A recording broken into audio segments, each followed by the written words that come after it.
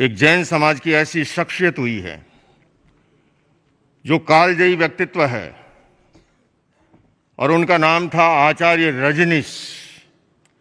जबलपुर के दर्शन के प्रोफेसर थे और पूज्यपाद वो जैन समाज में पैदा हुए। मुझे इस बात का फक्र है, उससे बड़ा विचारक आज दिन तक इस धरती पर नहीं हुआ। और उनके माताश्री स्वामी शैलेंद्र जी इस अवसर पर मैं चाहूंगा कि अत्यंत संक्षेप में वो अपने विचारों से हमें लाभान्वित करें।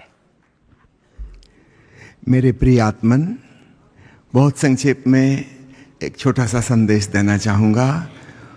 उसके पहले 3 छोटे छोटे उदाहरण। संत मीराबाई का नाम किसने नहीं जानता।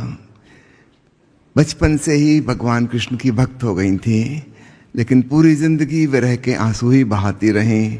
असुअन जल सींच सींच प्रेम बेल बोई, बहुत आंसू बहाए, परमात्मा से मिलन ना हुआ। फिर संत रविदास से जब मुलाकात हुई और गुरुदेव ने जब उन्हें परमात्मा का ज्ञान कराया, तब मिलन के गीत गाने शुरू किए। नाच उठी, कहा पायो जी मैंने राम रतन धन पायो, वस्तु अमोलक दी मेरे सदगुरु कृपा कर अपनायो। क्या कभी आपने सोचा ऐसा उन्होंने क्यों कहा? राम रतन धन, वो तो राम की भक्त नहीं थी। जब मिलन हुआ परमात्मा से तो वह राम नाम के रूप में हुआ, कृष्ण नाम के रूप में नहीं हुआ। दूसरा उदाहरण हम लेते हैं संत कबीर साहब का, जिनके बारे में यह भी नहीं पता कि वो हिंदू थे कि मुसलमान थे।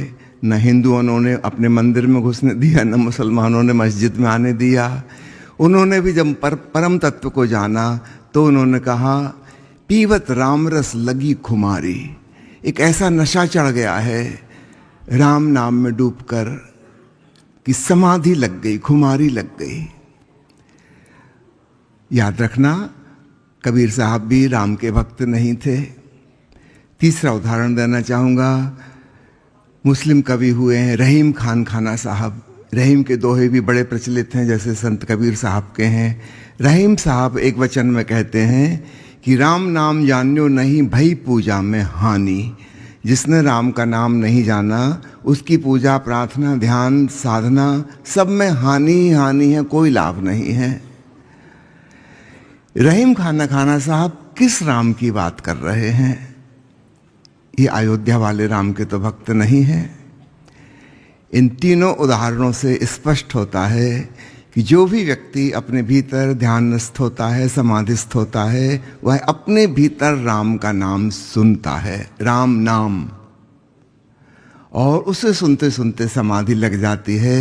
एक तारी खुमारी चढ़ जाती है जो फिर कभी उतरती नहीं, परम आनंद प्रतीत होता है। हमारे भीतर एक ध्वनि गूंज रही है जो या तो हम 2 ही शब्दों से इशारा कर सकते हैं उसकी तरफ, या तो राम के नाम जैसी है या फिर कुछ कुछ ओम जैसी है। एग्जैक्टली नहीं, कुछ कुछ मिलती जुलती। आदरणीय मुरारी बापू जी से हम सब लोग राम कथा सुनते हैं, साकार राम के जीवन चरित्र को सुनते हैं। वो हमारे लिए एक आदर्श व्यक्ति हैं, हमारे जीवन के प्रेरणा बनते हैं। तो भगवान राम की कथा सुनकर हमारे भीतर अध्यात्म की प्यास उत्पन्न होती है। लेकिन यह प्यास पूरी तब होगी, पानी तब मिलेगा जब हमें अपने भीतर राम का नाम मिल जाए। तो 2 शब्दों का हम उपयोग कर सकते हैं। एक साकार राम, अयोध्या के राजा राम, जीवन के लिए प्रेरणा स्रोत। अध्यात्म की प्यास जाग जाए उनके जीवन को देखकर, सुनकर, जानकर। और एक असली निराकार राम जो सर्वव्यापक परमात्मा है, कहना चाहिए रोम रोम में बसने वाले राम। कथा से शुरुआत करके अपने भीतर के उस गहन अनुभव तक हमें जाना है। बस यही छोटा सा संदेश आप सबको देना चाहता हूँ एक छोटे से गीत के माध्यम से।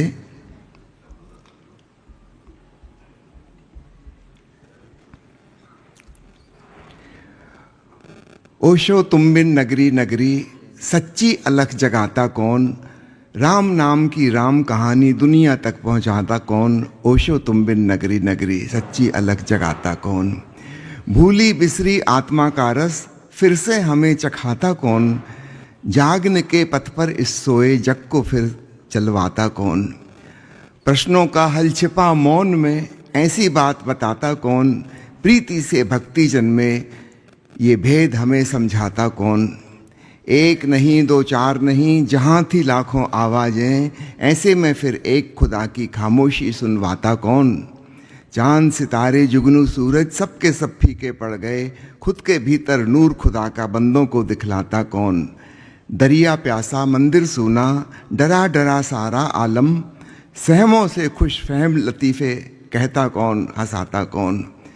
ये ओशो ने एक बड़ी नई अद्भुत शुरुआत की थी, चुटकुलों के माध्यम से भी आध्यात्मिक उपदेश दिया, उसी को मैंने 4 पंक्तियों में बांधा है। दरिया प्यासा मंदिर सूना डरा डरा सारा आलम, सहमों से खुश फहम लतीफ़े कहता कौन हंसाता कौन। अहंकार से मुक्ति दिलाकर सच्चा प्रेम सिखाता कौन। जीवन ही है प्रभु, जीवन ही है प्रभु स्वयं में खोजो हमें बताता कौन। जागृति स्वप्न सुसुप्ति के भी पार है कुछ दिखलाता कौन, शून्य की नाव बना के हमको भव सागर तरवाता कौन। आखिरी पंक्तियां हैं, इस अंधियारी दुनिया में ध्यान के दीप जलाता कौन, रोम रोम में बसे राम का नाम हमें सुनवाता कौन। ओशो तुम बिन नगरी नगरी सच्ची अलख जगाता कौन, राम नाम की राम कहानी दुनिया तक पहुंचाता कौन। ओशो ने अपनी 7 किताबों के शीर्षक राम के नाम पर आधारित किए हैं और वे कहते हैं सारे आध्यात्मिक विधियों का लक्ष्य, सारी, ऐसा नहीं कि सिर्फ ओशो की बनाई ध्यान विधियाँ, आज तक जितने भी संतों ने ऋषियों ने जो भी ध्यान विधियाँ बनाई हैं उन सब का लक्ष्य अंततः राम नाम में डूब जाना है, अपने भीतर के उस अनहद के साथ एक हो जाना है। परमात्मा के संग अनन्यता घटित होती है राम नाम में डूबकर। तो जो भी जिज्ञासु मित्रों को भीतर प्यास जागती हो उन्हें निमंत्रित करता हूँ। राम नाम को जानना बहुत आसान है, सच पूछो तो इससे आसान और कुछ भी नहीं। और जैसा कि रहीम साहब ने कहा, बिल्कुल ठीक कहा कि राम नाम जान्यो नहीं भई पूजा में हानि। जिन्होंने उस अपने भीतर गूंजते राम नाम को नहीं सुना, उनकी पूजा प्रार्थना साधना सब हानिकारक है, उससे कोई लाभ नहीं है। अभी रिसेंटली मेरी एक नई किताब प्रकाशित हुई है, ओम की महिमा ओशो की दृष्टि में। आप ओम शब्द को राम से रिप्लेस भी कर सकते हैं, पर्यायवाची हैं दोनों। राम की महिमा ओशो की दृष्टि में, यह किताब मैं आदरणीय बापू श्री के श्री चरणों में अर्पित करना चाहता हूँ।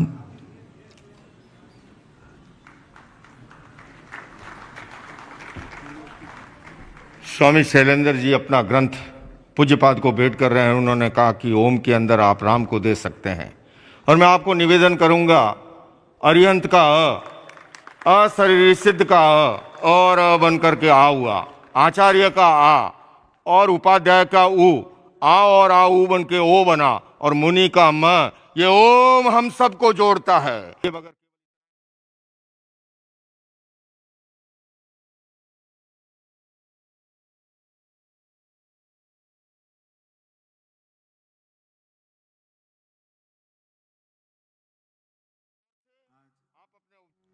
राम कथा के मध्य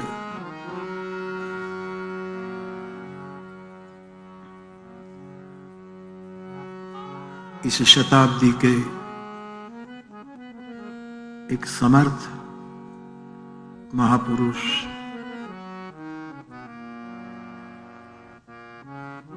कोई भी विशेषण की जिसको जरूरत नहीं है, ऐसे ओशो के अनुज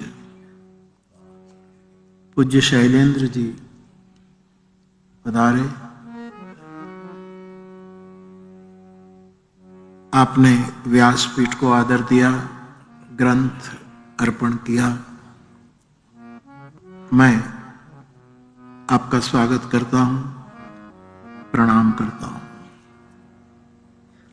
और विश्व शांति केंद्र के सभी सदस्य, देश विदेश के सभी महानुभाव, सभी को भी मैं आदर दे रहा हूं। और आप सभी मेरे श्रोता भाई बहन और हमारे प्रेम पारस, वो भी कहाँ चला गया, जो गिटार वादक, हाँ हमारा ये दीवाना ओशो प्रेमी है, उसको भी मैं आदर दे रहा हूं, स्वागत कर रहा हूं। सभी को मेरा प्रणाम। जय सिया राम। इस सनातन धर्म का दूसरा सूत्र है प्रेम। प्रेम।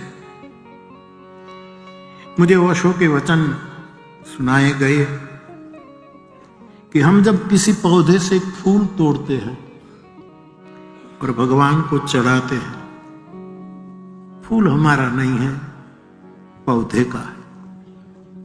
पौधा हमारा नहीं है, बाग का है। बाग हमारा नहीं है, किसी मालिक का है। तो फूल से हमारा कोई नाता नहीं, हमारापन फूल से है ही नहीं। और जिसके चरणों में हम फूल चढ़ा रहे, वो चरण परमात्मा के हैं, वो भी हमारे नहीं। फूल दूसरे का, चरण दूसरे का, वो चढ़ाना अच्छी बात है, लेकिन ओशो कहते हैं परमात्मा को चढ़ाने के लिए तो व्यक्ति के पास अपना प्रेम पुष्प होना चाहिए और वो ही प्रेम चढ़ाना। ये ओशो का वक्तव्य है। ये शरीर रूपी एक पौधा, अब मैं उसको थोड़ा विस्तार करूं। ये शरीर एक पौधा है संसार की वाटिका की, उसमें जो केवल प्रेम है।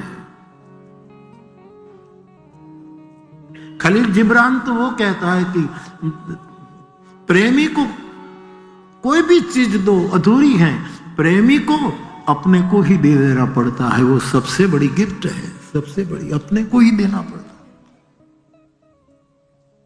तो राम को प्रेम प्रिय है, केवल प्रेम प्रिय है। शबरी के पास क्या था? केवल प्रेम। केवट के पास क्या था? केवल प्रेम। राग ने कुछ चूके करा दी, अंत तो गत्वा अहल्या के पास क्या था? केवल अनुरागा।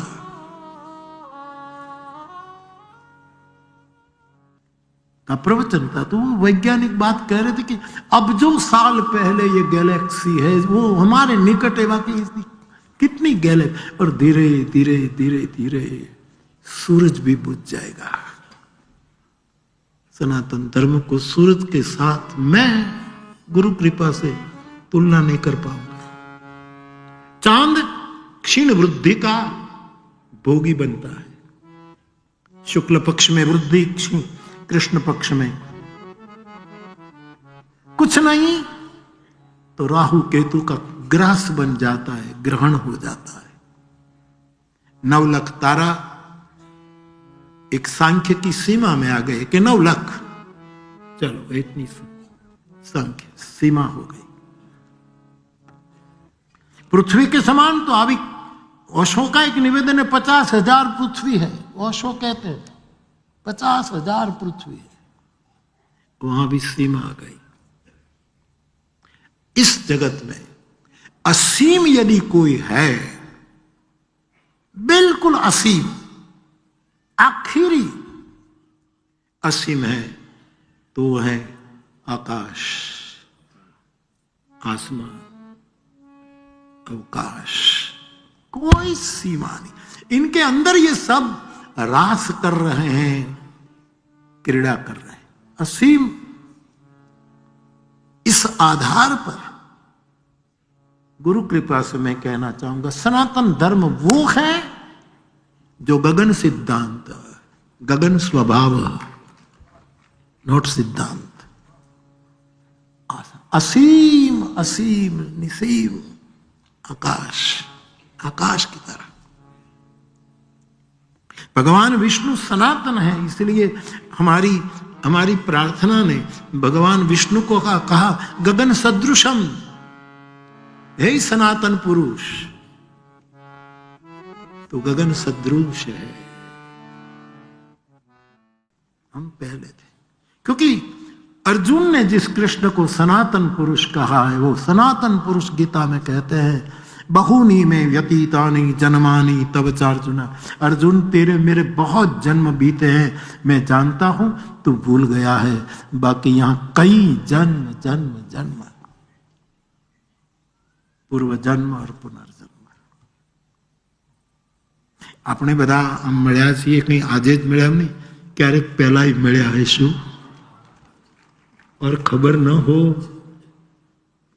फिर भी मिलेंगे। ये जन्म जन्म की यात्रा, यह जन्म जन्म के फेरे, मैं दृढ़ता से मानता। और ओशो ने तो अपने अनुभव में लिख दिया कि इतने साल पहले मैं वहां था, मेरी हत्या कर दी गई। कदरावी भाई ने अभ्यास पूर्वक पूरी लेखमाला छापी ओशो पर। और मैं आगे ये होऊंगा। तो यज्ञ की महिमा रामचरितमानस में है, और धर्म सक्रिय होना चाहिए, ये भी मानस में। भगवान राम सत्य बोले नहीं, सत्य का अनुसरण करते हुए निकल पड़े। और पुनर्जन्म, जहां जलंधर रावण भयऊ, जलंधर रावण होता है, मनु शत्रुपा कौशल्या दशरथ होते हैं। यहां पहले भी थे, अभी है, आगे होंगे। ये धारणा सनातन धर्म का एक बहुत बड़ा सिद्ध हुआ, शुद्ध हुआ विचार है। 5, छठा सनातन धर्म का एक बहुत बड़ा जो प्रभाव है, जो बहुत बड़ा मुकाम है सनातन धर्म का, वो है ध्यान। पहले से चलता है ध्यान। भगवान बुद्ध ने बहुत बल दिया ध्यान पर। प्रदीप मुझे कह रहा था कि बापू मैं कभी कभी ध्यान में बैठता हूँ, अशोक के बताई राह पर बैठता हूँ 10-15 मिनट, तो कोई दूसरे मुल्क में चला जाता हूँ, तो इसका क्या? मैंने कहा बेटा मैं तो ध्यान बान करता नहीं, मैं ध्यान में बैठ, मुझे नहीं अनुकूल। હું બોલું છું એ ધ્યાન જ છે, કારણ કે ધ્યાન રાખીને બોલું છું। તમે ધ્યાનમાં બેસીને ખોટા વિચાર કરો તો ખાક ધ્યાન, એના કરતા ध्यान રાખીને બોલો। अष्टांग योग में एक महत्व की जगह है ध्यान की।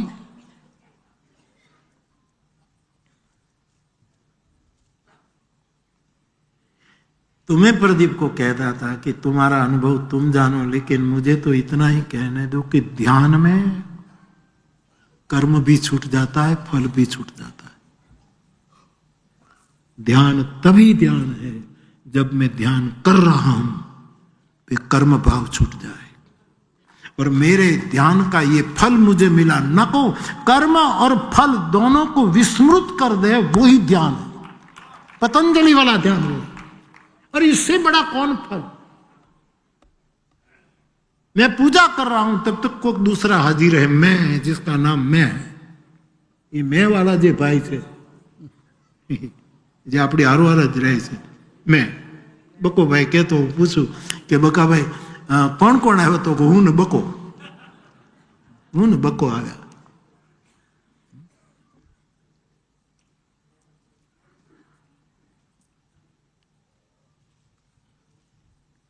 कर्म और कर्म का फल दोनों मिट जाते हैं, और ध्यान में जब आंसू आने लगे तो समझना कर्म गया, फल गया, केवल रस वर्षा हो रही है, केवल रस वर्षा।